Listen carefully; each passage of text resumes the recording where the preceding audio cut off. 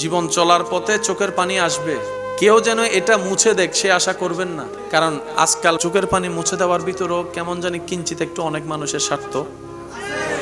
যেখানে স্বার্থ থাকে সেখানে কখনো মহাব্বত থাকতে পারে।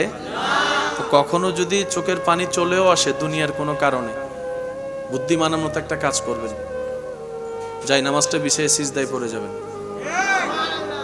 দুনিয়ার মানুষ আপনাকে কষ্ট দিয়েছে দুনিয়া থেকে দূরে রাখার জন্য, কিন্তু আপনি যদি সৌভাগ্যবান হন ওই কষ্টটাকে কষ্ট হিসেবে নিয়ে, অন্তরের সেই ব্যথাটাকে চোখের পানি হিসেবে নিয়ে রবের দরবারে সিজদায় পড়ে যাবেন। সে আপনাকে দুনিয়া থেকে আলাদা করতে চাইছে, দুনিয়ার চোখে ফেল করাতে চাইছে, কিন্তু আপনার এই বুদ্ধিমানের ধৈর্যশীলের কাজ, আপনার সিজদায় পড়ে যাওয়া আপনাকে রবের রহমতের এমন কাছে নিয়ে যাবে। সে আপনাকে ছোট্ট দুনিয়া থেকে মারুম করতে চেয়েছে, ওদিকে আপনার রব আপনার চোখের পানি দেখে খুশি হয়ে আপনাকে জান্নাতও দিয়ে দিতে পারে। জীবন চলার পথে এমন কারোর সাথে দিলকে এমনভাবে লাগাবেন না যে সে চলে গেলে আপনাকে থমকে যেতে হয়। সে চলে গেলে আপনার জীবনের 24টা ঘন্টার রুটিন পাল্টাই যাবে। এমন কারোর সাথে দিল লাগানো যাবে না, কারণ আজকে যে ভালো কালকে সে খারাপ হতেই পারে। পরিষ্কার আকাশ মেঘলা হতে কতক্ষণ? আজকে দিনের বেলা ছিল একরকম আবহাওয়া, রাতের বেলায় হঠাৎ করে ঠান্ডা বেড়ে গেছে। পৃথিবীর প্রত্যেকটা কিছুই এরকম। আপনি যদি মনে করেন মানুষটা চেঞ্জ হয়েছে, এখানে আফসোস করার কিছু নেই, মানুষ যেহেতু চেঞ্জ হবেই। ছোটবেলার চেহারা কি এখন আছে? একটু জোরে বলেন। ক্লাস 9-10 বুঝ কি ইন্টারে গেলে আছে? মানুষ যত বয়স্ক হয় তত তাদের অভিজ্ঞতা বাড়ে, চেঞ্জ হয়। চেঞ্জ হওয়াটাই মানুষের ফিতরত। কখনো কোনো মানুষকে একরকম আশা করবেন না। সামনের জন্য পরিবর্তনশীল, আপনিও পরিবর্তনশীল। আর যদি আপনি চান পরিবর্তন ছাড়া একদম রিয়েল লাভটা আপনি পেতে থাকেন, তাহলে চোখ বন্ধ করে বান্দা হিসেবে রবের সাথে সম্পর্ক করুন, উম্মত হিসেবে নবী রাহমাতুল লিল আলামিনের মহাব্বতের সাগরে ডুব দেন। সুবহান। এই মহাব্বতের কোনো লস নাই। মনে রাখবেন, রবের বান্দা কখনো লসে নাই। তারা কাঁটা ফুটলেও লাভ, গালি শুনলেও লাভ, বদনাম শুনলেও লাভ, অত্যাচারের শিকার হলেও লাভ। কারণ বুদ্ধিমানরা বলে দুনিয়া তো চোখের পলকে একদিন, ইজা জুলজিলাতিল আরদু জিলজালাহা ওয়া আখরাজাতিল আরদু আসকালাহা, একদিন তো এমনি শেষ হবে, অমনেও শেষ হবে।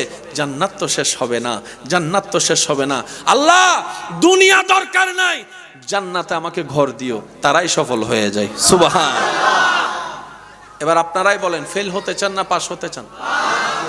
আপনি বলতেছেন দিন রাত পড়ালেখা করলাম, গোল্ডেন এ প্লাসটা পাইলাম না, এটা কোনো কথা? এটা আপনার চিন্তা।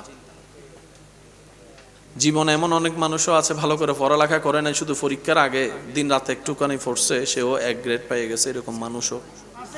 তার সংসারও চালানো লাগে, পড়ালেখাও করা লাগে, এমন অনেক ভাইয়েরা আছে না?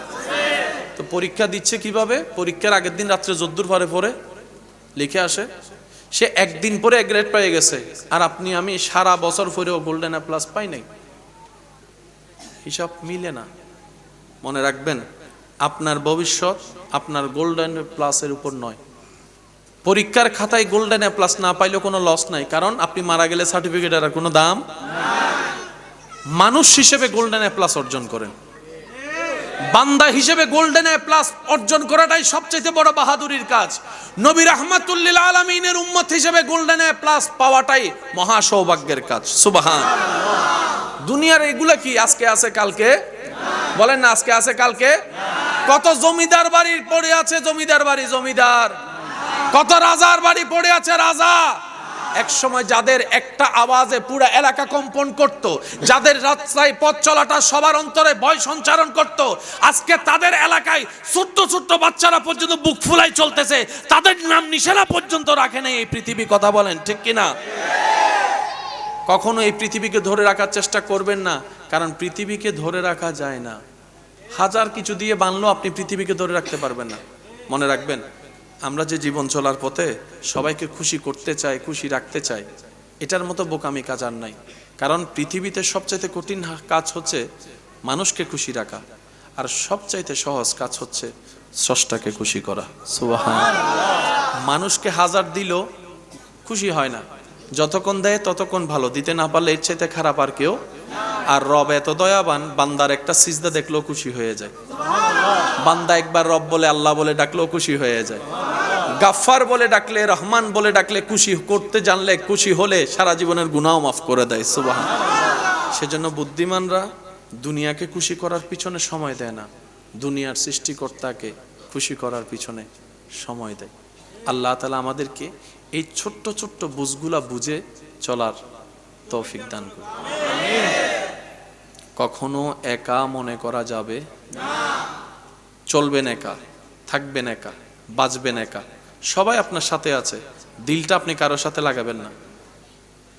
জীবন চলার পথে এমন কারোর সাথে দিলকে এমনভাবে লাগাবেন না যে সে চলে গেলে আপনাকে থমকে যেতে হয়। সে চলে গেলে আপনার জীবনের 24টা ঘন্টার রুটিন পাল্টাই যাবে। এমন কারোর সাথে দিল লাগানো যাবে না। কারণ আজকে যে ভালো, কালকে সে খারাপ হতেই পারে। পরিষ্কার আকাশ মেঘলা হতে কতক্ষণ? আজকে দিনের বেলা ছিল একরকম আবহাওয়া, রাতের বেলায় হঠাৎ করে ঠান্ডা বেড়ে গেছে। পৃথিবীর প্রত্যেকটা কিছুই এরকম। আপনি যদি মনে করেন মানুষটা চেঞ্জ হয়েছে, এখানে আফসোস করার কিছু নেই। মানুষ যেহেতু চেঞ্জ হবেই। ছোটবেলার চেহারা কি এখন আছে? একটু জোরে বলেন। ক্লাস 9-10 এর বুঝ কি ইন্টারে গেলে আছে? মানুষ যত বয়স্ক হয় তত তাদের অভিজ্ঞতা বাড়ে, চেঞ্জ হয়। চেঞ্জ হওয়াটাই মানুষের ফিতরত। কখনো কোনো মানুষকে একরকম আশা করবেন না। সামনের জন্য পরিবর্তনশীল, আপনিও পরিবর্তনশীল। আর যদি আপনি চান পরিবর্তন ছাড়া একদম রিয়েল লাভটা আপনি পেতে থাকেন, তাহলে চোখ বন্ধ করে বান্দা হিসেবে রবের সাথে সম্পর্ক করুন, উম্মত হিসেবে নবী রাহমাতুল লিল আলামিনের মহাব্বতের সাগরে ডুব দেন। সুবহানাল্লাহ। এই মহাব্বতের কোনো লস, কমতি বলে কোনো শব্দ, প্রতারণা বলে কোনো শব্দ, অশান্তি বলে কোনো শব্দ। সেজন্য জীবন চলার পথে কারো হাত ধরেও হাঁটার দরকার নাই। কেউ আপনার হাত ধরে হাঁটুক সে আশা করার দরকার নেই। আপনি শুধু দেখবে সবাই আপনি একা চলছেন। কেউ যদি জিজ্ঞেস করে তুই একা কেন, একা বাঁচস কেন, আপনি বলবেন আমি একা কই, সর্বদা তো আমার রবের রহমত আমার মাথার উপরেই আছে। তুই না দেখছিস ভাই আমি একা, আমি আসলে একা না তো, আমার রব আমাকে কখনো একা ছাড়েই নাই। যেই টাইমে আমার পৃথিবীর ভালোবাসার মানুষ আমার খেয়াল রাখতে পারে নাই, সবাই ঘুমিয়ে গিয়েছে, ওই ঘুমের জগতও আমার রব আমাকে প্রতি সেকেন্ডে নজর রেখেছে, খেয়াল রেখেছে, ভালোবেসেছে। আল্লাহ তাআলা আমাদের সবাইকে বুঝার তৌফিক দান করুন। শেষ বিদায় বেলায় আমি আপনাদেরকে একটা পয়েন্ট ভাবনার জন্য দিতে চাই। আমার যুবক ভাইরা একটু খেয়াল করবেন। ইসলাম জানার চাইতে বেশি দরকার ইসলাম বুঝা। মানুষ এস্টাবলিশ হওয়ার জন্য কত পরিশ্রম করে বলেন? অনেকে নিজের এলাকা ছেড়ে চট্টগ্রাম চলে আসছে, ব্যবসা করে, চাকরি করে। একসময় অন্য চাকরি করতো, এখন মোটামুটি ব্যবসা করে লাইন টাইন হয়েছে। অনেক কষ্ট করে থাকার জন্য একটা ঘর বানাইছে, ব্যবসা হইছে, জীবন চলার জন্য যা দরকার সব হইছে। কোনো কারণে যদি ওনাকে বলা হয় যে আপনি এখান থেকে চলে যান, মানবে? একটু সবাই বলেন মানবে? হ্যাঁ, যদি জানের উপর আসে তখন হয়তো ছাড়বে, কিন্তু মন থেকে ছাড়বে। আবার যখন পরিবেশ স্বাভাবিক হবে আবার, এটাই তো নিয়ম। আচ্ছা, নবী রাহমাতুল লিল আলামিনকে আল্লাহ পাঠালেন মক্কায়, দাদার বাড়ি মক্কায়, জন্মস্থান মক্কায়। আর প্রত্যেকটা মানুষের জন্মস্থানের প্রতি আলাদা একটা ভালোবাসা, টান সবারই। ওই অঞ্চলটা আপনার চোখে খারাপ হতে পারে, কিন্তু ওই অঞ্চলে যারা জন্মগ্রহণ করেছে তার জন্য পৃথিবীতে সবচাইতে দামি জায়গা হচ্ছে ওর জন্মস্থান। যার যার ভালোবাসা। আল্লাহ তাআলা নবীকে বললেন, হাবিব মক্কা ছেড়ে দেন। আমি হয়তো বুঝাতে ব্যর্থ হচ্ছি আমার ভাইদেরকে। যেখানে নবী জন্ম হয়েছেন, আগমন করেছেন, মিলাদ হয়েছে যেখানে নবীর, সেখান থেকে আল্লাহ পাক বলছেন হাবিব, কাবা আমাদের সবার সম্মানের জায়গা আছে না নাই? মনে রাখবেন, পৃথিবীর সৃষ্টি থেকে যখন থেকে কাবা, তখন থেকে মানুষের কাছে কাবা সর্বদাই সম্মানিত। কাবার সম্মান কখনো কমে। এটা যখন ওই বিভিন্ন জনে যার যার হাতে ছিল, সবাই সম্মানে মূল কেন্দ্রবিন্দু কাবাই ছিল। আবু জাহেলের মতো বাটফারও কাবাকে সম্মান করত। অর্থাৎ কাবাটা কোনো নির্দিষ্ট জন্য, এটা সবার জন্য ছিল, সবাই সম্মান করত। কাবার একটা ভালোবাসা আছে না নাই? আল্লাহ পাক বললেন, হাবিব কাবা ছেড়ে চলে যান। পরীক্ষাটা দেখেন, পরীক্ষাটা জন্মস্থান ছেড়ে চলে যান, কাবা ছেড়ে চলে যান। যে পথে আপনি হেঁটেছেন, বড় হয়েছেন, পথটা ছেড়ে চলে যান। আপনার ঘর ছেড়ে চলে যান, ব্যবসা ছেড়ে চলে যান, আত্মীয় ছেড়ে চলে যান। আমরা হলে প্রশ্ন করতাম, ইয়া আল্লাহ, সব এত কষ্ট করে জোড়াইলাম, এখন সুখ নেওয়ার টাইম, এখন চলে যেতে বলছেন। হাজার প্রশ্ন আপনার আমার। আল্লাহ নবী বলে, আল্লাহ আপনি হুকুম দেন, আমি মুস্তাফা সাল্লাল্লাহু আলাইহি ওয়াসাল্লাম প্রস্তুত আছি। আচ্ছা, এটা তো নবীর র্যাঙ্ক, নবীর র্যাঙ্কে তো কেউ পৌঁছাতে পারবে। এবার তৎকালীন সময়ে এখন না বাবা, মক্কা শরীফে যাইতে কোনো বাঁধা, তওয়াফ করতে কোনো বাঁধা, আল্লাহর নাম জিকির করতে কোনো বাঁধা, একটু জোরে বলেন না, নামাজ পড়তে কোনো বাঁধা। কিন্তু যে সময় প্রথমে কলমা পড়েছিলেন যারা, তখন তো পরিবেশ এমন ছিল। এবার যারা কালিমা পড়েছেন মক্কায়, ওনাদের ব্যবসা আছে না নাই? একটু আওয়াজ দেন। পরিবার, মা বাবা, স্ত্রী, সন্তান, ঘর বাড়ি, টাকা পয়সা সবগুলো হচ্ছে মক্কায়। এবার আল্লাহ কিভাবে মহাব্বতের পরীক্ষা নিচ্ছেন দেখেন। আল্লাহ বললেন, হাবিব আপনি চলে যান। আল্লাহ কিন্তু কোন সাহাবাকে যেতে নির্দেশ দেননি। ও নবীর উম্মতের একটু বিষয়টা বোঝার চেষ্টা করব। আল্লাহ হিজরতের অনুমতি দিলেন কাকে? নিজের হাবিবকে, নবীকে। সাহাবাদেরকে দেননি। আল্লাহ সাহাবাদের ঈমান পরীক্ষা করতেছেন, মহাব্বত পরীক্ষা করতেছেন। একদিকে ঘর, একদিকে বাড়ি, ব্যবসা, স্ত্রী, পুত্র, মা বাবা, সম্পর্ক, সম্পদ সব। আরেকদিকে আল্লাহর হাবিব, ঈমান, জান্নাত। মক্কা থেকে মদিনায় হিজরত করতেছেন। আল্লাহ পাক বলে, আমি দেখতে চাই আজকের দিনে কারা দুনিয়া নিয়ে পড়ে থাকে আর কারা আমার হাবিবের দিকে দৌড়ে যায়, আমি এটা দেখতে চাই। অর্জন করা অনেক কঠিন, সেটাকে নতুন ভাবে আনা আরো বড় কঠিন।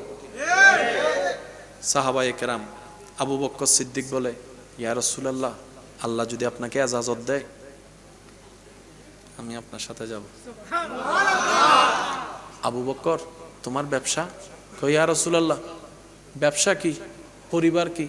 আমার মা বাপ, ব্যবসা, আমার সবকিছু তো আপনি নবী এবং আল্লাহর জন্য কোরবান অনেক আগেই করে দিয়েছে। আমার এই দিলের জায়গায় যেখানে পিস্টান দেয় সে পিস্টান তো রাখি নাই। সম্পদের যে অর্জনের মায়া, যেটা অন্য কেউ বুক করবে, সেই হিংসাটাও তো রাখি নাই। কারণ আমি আবু বকরের পুরা সিনার মধ্যে আল্লাহর ভয় দিয়ে ভরপুর, আপনি নবীর প্রেম দিয়ে ভরপুর করে ফেলেছে। সুবহান। আমি আবু বকরের সম্পদ চলে যাবে আমি জানি, আমি আবু বকরের দোকান চলে যাবে আমি জানি, ব্যবসা চলে যাবে আমি জানি, আমার ঘর অন্যরা দখল করবে আমি জানি, আমার পরিবার আত্মীয়ের উপর অন্যরা অত্যাচার করবে সেটাও জানি, এমনকি চলার পথে আমি আবু বকরের জানও চলে যেতে পারে আমি জানি। সিদ্দিক আকবর বলে, ইয়া রাসূলুল্লাহ, জান যাবে তো যাবে, আল্লাহর বন্ধুকে আমি ছাড়বো না, একা ছাড়বো না, একা ছাড়বো না, জান চলে চলে যাক, নবী আপনার প্রেমে জান পর্যন্ত কোরবান করে দিতে রাজি। 40 বছরের সম্পত্তির জায়গায় কি হয়েছিল? যখন জানের প্রশ্ন আসছে, সম্পত্তি সব আগে জান বাঁচক। সাহাবায়ে কেরাম বলে যে শুধু সম্পদ না, জান সহ কোরবান, জান সহ কোরবান, জান সহ কোরবান।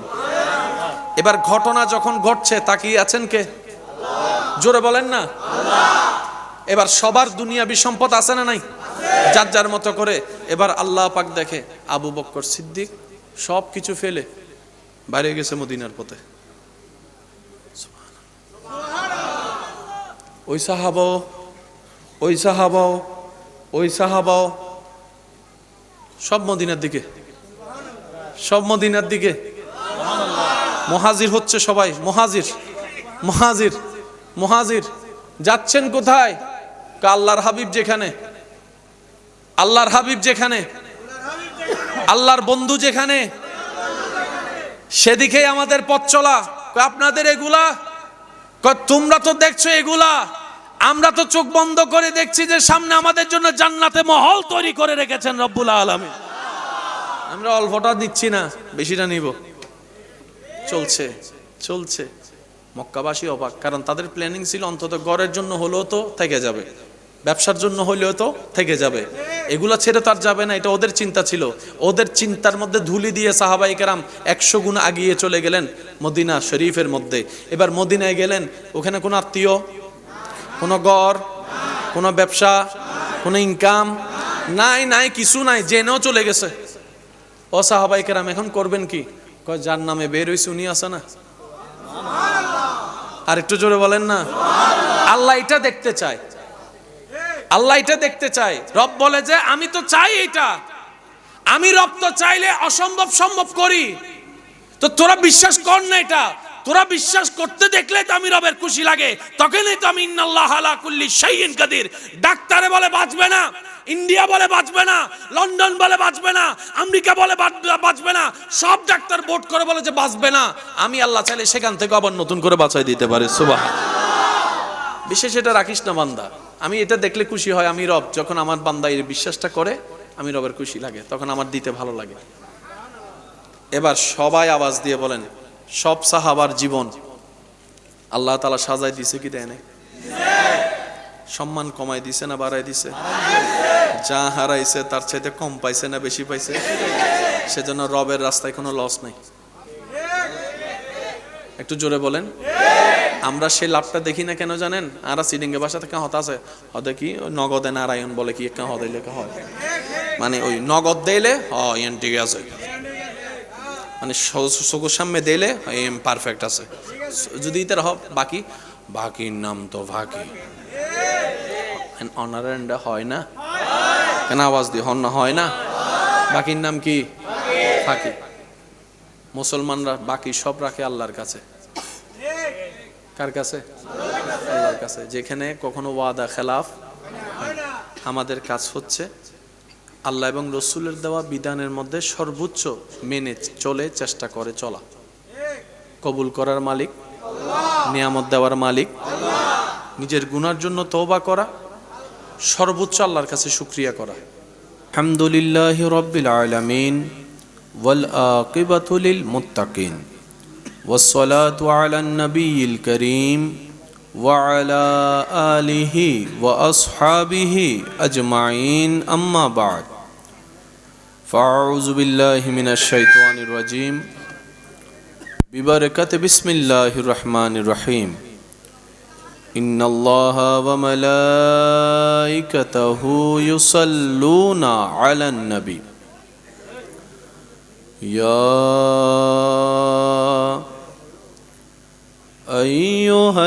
আইয়ুহাল্লাযীনা আমানু সাল্লু আলাইহি ওয়াসাল্লিমু তাসলিমা। সাল্লাল্লাহু আলা সাইয়্যিদিনা ওয়া আলিহি। আল্লাহুম্মা সাল্লি আলা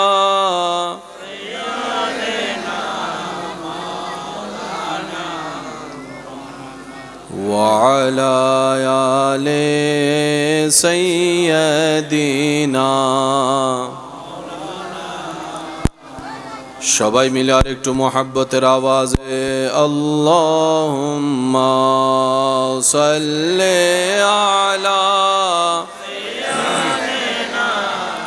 মাওলানা মুহাম্মদ ওয়া আলা আলি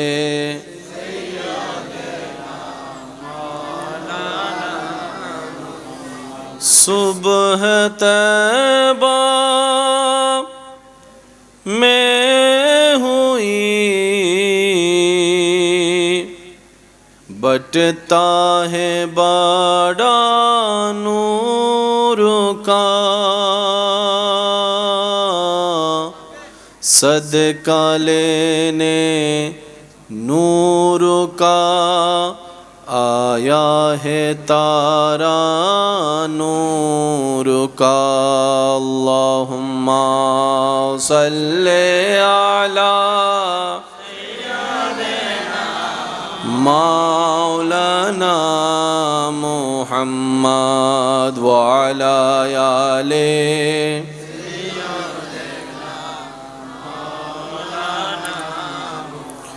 تیری نسل پاک میں ہے بچہ بچہ نور کا تو ہے عین نور تیرا سب گھرانہ نور کا اللہم صلی علی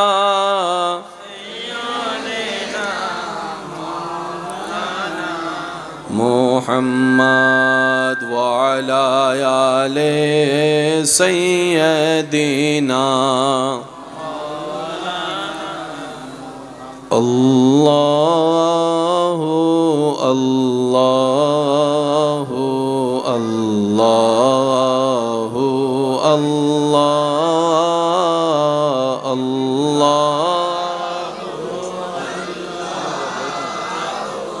اللہ اللہ সবাই কি আওয়াজে আল্লাহ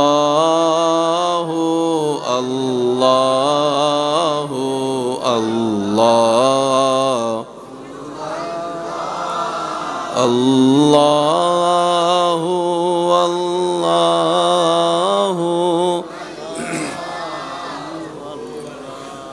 اللہ ہی اللہ کیا کرو دکھ نہ کسی کو دیا کرو جو دنیا کا مالک ہے نام اسی کا لیا کرو اللہ ہی اللہ اللہ ہی اللہ اللہ ہی اللہ کیا کرو دکھ نہ کسی کو دیا کرو جو دنیا کا مالک ہے نام اسی کا لیا کرو اللہ ہی اللہ اللہ ہی اللہ اللہ اللہ اللہ اللہ اللہ اللہ اللہ اللہ اللہ اللہ اللہ اللہ اللہ اللہ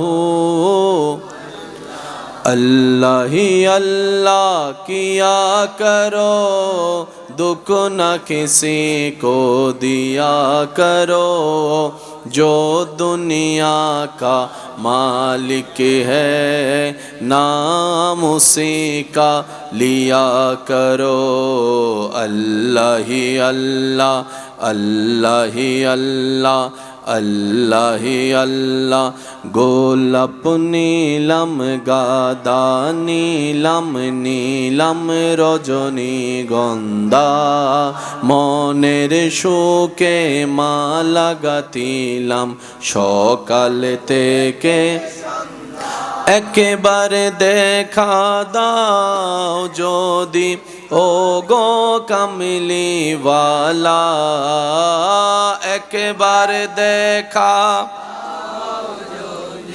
ও গো কামলিওয়ালা হাসি মুখে পড়াবো তোমায় হাজার ফুলের মালা বলি সবাই ইয়া রাসূলুল্লাহ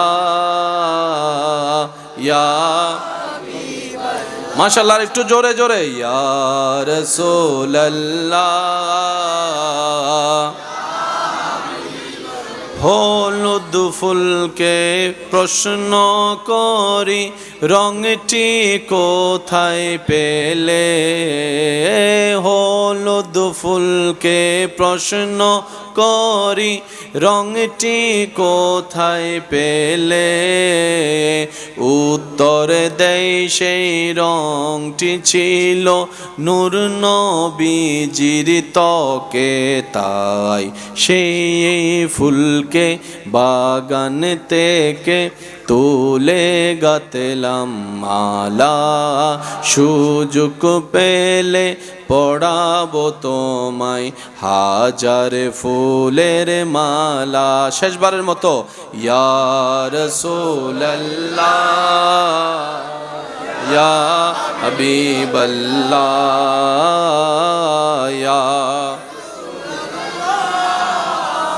ইয়া হাবিব। অধ্যকার আশাকেনা মুস্তফা, সবাই বলি সাল্লাল্লাহু আলাইহি ওয়াসাল্লাম।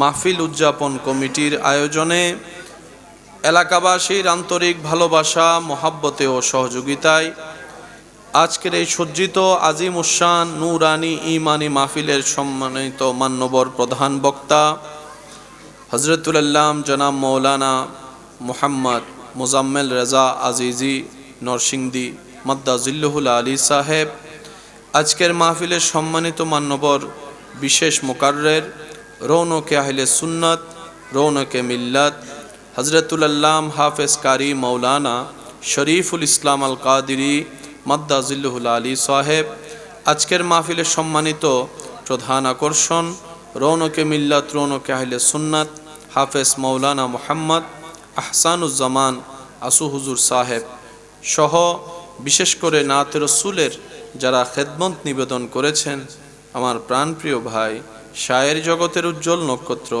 শায়ের আহলে সুন্নাত শায়ের মাওলানা মুহাম্মদ ইমরান হোসেন আল কাদিরি মাদ্দাজিল্লুহুল আলী, শায়ের আহলে সুন্নাত শায়ের মুহাম্মদ ইশতিয়াক রাফি সাহেব সহ আমন্ত্রিত ওয়াদিগার উলামায়ে কেরাম, উপস্থিত এলাকার মান্যবর ব্যক্তিবর্গ, মুরব্বিয়ানে এজাম, উপস্থিত স্কুল কলেজ ভার্সিটি মাদ্রাসার প্রাণপ্রিয় ছাত্র ভাইয়েরা, আমার সম্মানিত মা ও বোনেরা, উপস্থিত আল্লাহর প্রেমিক নবীর প্রেমিক ইমানদার ভাইয়েরা, আসসালামু আলাইকুম ওয়া রাহমাতুল্লাহি তাআলা ওয়া বারাকাতুহু। আপন আপন জায়গা থেকে সবাই রবের রহমতের দরবার থেকে রহমত ভিক্ষা পাওয়ার আশায় মোহাব্বতের আওয়াজে একবার বলি আলহামদুলিল্লাহ। আমার মনে হয় আপনারা চাইলে আওয়াজটা আর একটু বড় হবে, আর একটু বড় করে বলেন আল্লাহ তাআলা দয়া করে আমাদের সবার জীবনের গুনাহ মাফ করে দিন। আল্লাহ মেহেরবানি করে আমাদের সবার মা বাবার গুনাহ মাফ করে দিন। আল্লাহ মেহেরবানি করে অত্র এলাকায় যত কবরবাসী এই মুহূর্তে কবরের কঠিন আযাবে কষ্ট পাচ্ছেন, আল্লাহ দয়া করে প্রত্যেকটি কবরবাসীকে আযাব থেকে মুক্তি দান করুক, আমিন। বিনয়ের সাথে শ্রদ্ধার সাথে সবার কাছে আমার নিবেদন থাকবে, যেইটুকু সময় আল্লাহ তাআলা আমি অধমকে বলার সুযোগ দিবেন, এই সময়টুকু সবাই একটু মনের কান দিয়ে শোনার চেষ্টা করবেন, বলি ইনশাআল্লাহ। আমি দীর্ঘক্ষণ সময় আপনাদেরকে কষ্ট দিব না, কিন্তু যতক্ষণ সময় দেব সেটা মওলার মোহাব্বত নিয়ে দেওয়ার চেষ্টা করব। খুব দ্রুত গতিতে আমাদের হায়াত শেষ হয়ে যাচ্ছে, চোখের পলকেই কেমন জানি সকাল সন্ধ্যা হয়ে যায়, শনিবার কেমন জানি দ্রুত গতিতে বৃহস্পতিবার পার হয়ে শুক্রবারে জুমার দিনে চলে আসে। কল্পনার বাইরেই চিন্তা করা ভাবনা করার আগেই আমাদের জন্য আল্লাহ তাআলা যতটুক হায়াতের ভিসা বাজেট করেছেন, বাজেট করে দিয়েছেন, এই সময়গুলা শেষ হয়ে যাচ্ছে। আপনারাও হয়তো আমি অধমের সাথে একমত পোষণ করবেন, এই হায়াতকে পরকালে সুখে থাকার জন্য, শান্তিতে থাকার জন্য যেই পরিমাণ যেইভাবে কাজে লাগানোর দরকার ছিল, আপনি আমি আমরা কেউ সেভাবে পরিপূর্ণভাবে কাজে লাগাতে কেউ পারিনি। মনে হয় অর্জন করেছি অনেক কিছুই, মনে হয় দুনিয়াতে থেকেছি অনেক বছর।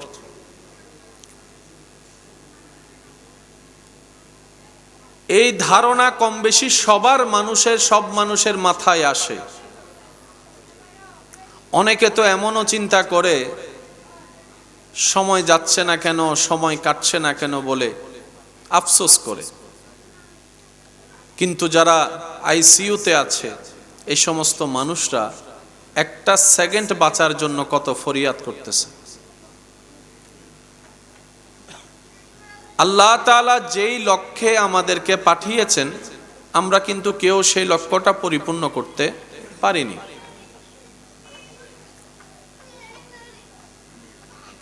টার্গেট ফিল আপ না হলে কখনো বেতন দেওয়া হয়। একটু আমাকে রিপ্লাই দিবেন যদি আপনাদের কষ্ট না হয়।